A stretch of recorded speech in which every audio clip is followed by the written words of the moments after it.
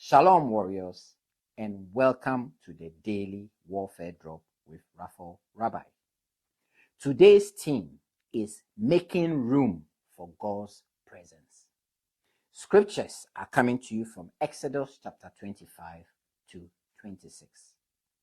Today's reading shifts the focus from battlefields and commandments to something deeper. God's desire to dwell among his people. In Exodus 25, God gives Moses detailed instructions for building the tabernacle.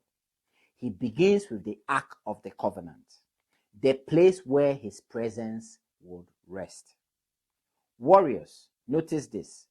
God doesn't start with the outer structure. He starts with his presence. Everything else is built around where God dwells. The ark represents God's throne among his people. Inside it are the tablets of the law, God's word. Above it is the mercy seat where the atonement is made. This is powerful warfare imagery. Truth and mercy meeting in God's presence.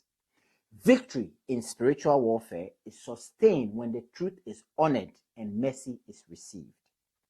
Then, in Exodus chapter 26, God gives precise instructions for the tabernacle itself.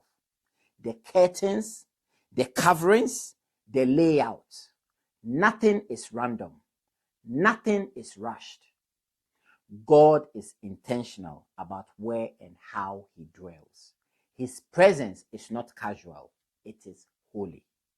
As a former combat medic in the British Army, I learned that preparation matters.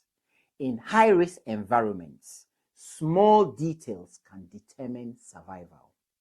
Spiritually, God teaches the same principle here. When you make room for God intentionally, his presence brings order, protection, and guidance.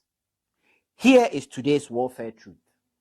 Where God's presence dwells, chaos loses authority. The enemy cannot thrive where God is honored. When God is at the center, everything else finds its proper place. Read these chapters carefully. Visualize the design. Reflect on the care God takes to dwell with his people. Ask yourself where God is positioned in your life. Not just invited, but honored. Make room for God's presence. Build your life around him.